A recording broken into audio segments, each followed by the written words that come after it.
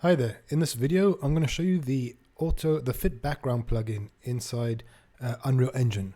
So what does Fit Background do? So say for example, let me just grab, for example, let's grab a text component here. And if I have a rectangle behind it, so for example, like a backplate, and whenever the text grows, because this text could be dynamic, preferably we'd want it to be dynamic, and I want it to be the backplate of this text. So obviously when I start changing the text over here, the length, the width of the text changes, and we want the backplate to fit that. So that's one use. That's a very common use in broadcast of this plugin, but it can be used for multiple different applications. So let's go ahead and show you how we can build that out in Unreal. So I'm going to start off by creating a new actor, a new blueprint actor class.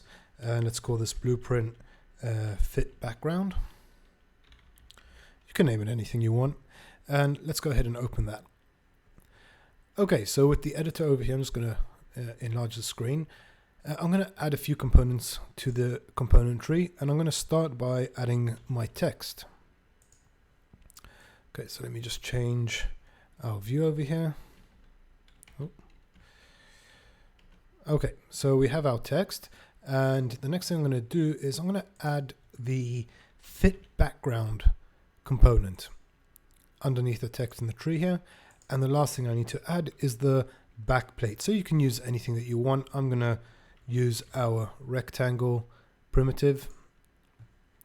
And I'm going to set that as the child of the Fit Background.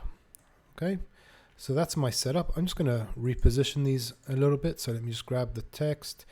And in the X location, it's going to bring it in front, something like that. Okay, so this is the layout. This is the structure of my component tree, and that's important. So you need to have your source, so that will be the text, the object that we want to track, with the Fit Background component and the backplate as a child. So the next thing we need to do is we need to go into the construction script over here. And I'm going to drag our Fit Background component, and I'm going to pull out from there and look for set source component. And there we go, we have that. Okay, and then we need to set the source. So like I said before, the source will be our text 3D. This is the object that we want to track. I'm going to set that into the value, and I'm going to hook that up to the event. And I can go ahead and compile and save that. And if we go back into the viewport, we haven't seen anything happen yet, because we need to, if I select the Fit Background, I can now select the axes that I want to track. So how do I want the backplate to grow? So the text is going to go out along the Y axis over here. So I'm going to turn that on, and then you can see already that the backplate has positioned itself. If we set the Z axis, all right, we can now see that this is nicely position there. I don't need to go ahead and change the X-axis because it's not going to do much. I don't want the backplate to change when the text changes. So I'm just going to leave it like that. And we can set, it's pretty tight right now, so we can go ahead and set some margins. So on the Y, let's give it to the left there 10 and to 10, and also on the Z I'm going to do the same. So that just gives it a bit of spacing over there. So now you can see that my text fits nicely into the backplate. If I just make this a bit smaller, I'm going to select my primitive and let's add a background material so we can really make that text pop out. So there we go. So we can now go ahead and test this. So I'm going to go to the text 3D and let's put in the text hello world and hit enter. And you can see that the backplate now increases in size to fit my text.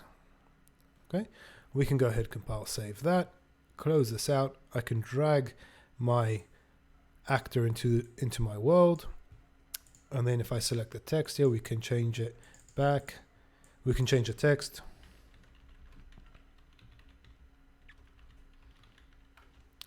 And you can see how the backplate is changing depending on the width of my text. So you can play with that and see what you can achieve. Thanks for watching this video. In the next video, I'm going to talk about the auto follow, which works similar but in a slightly different way. So thanks for watching, and be sure to check out the next video.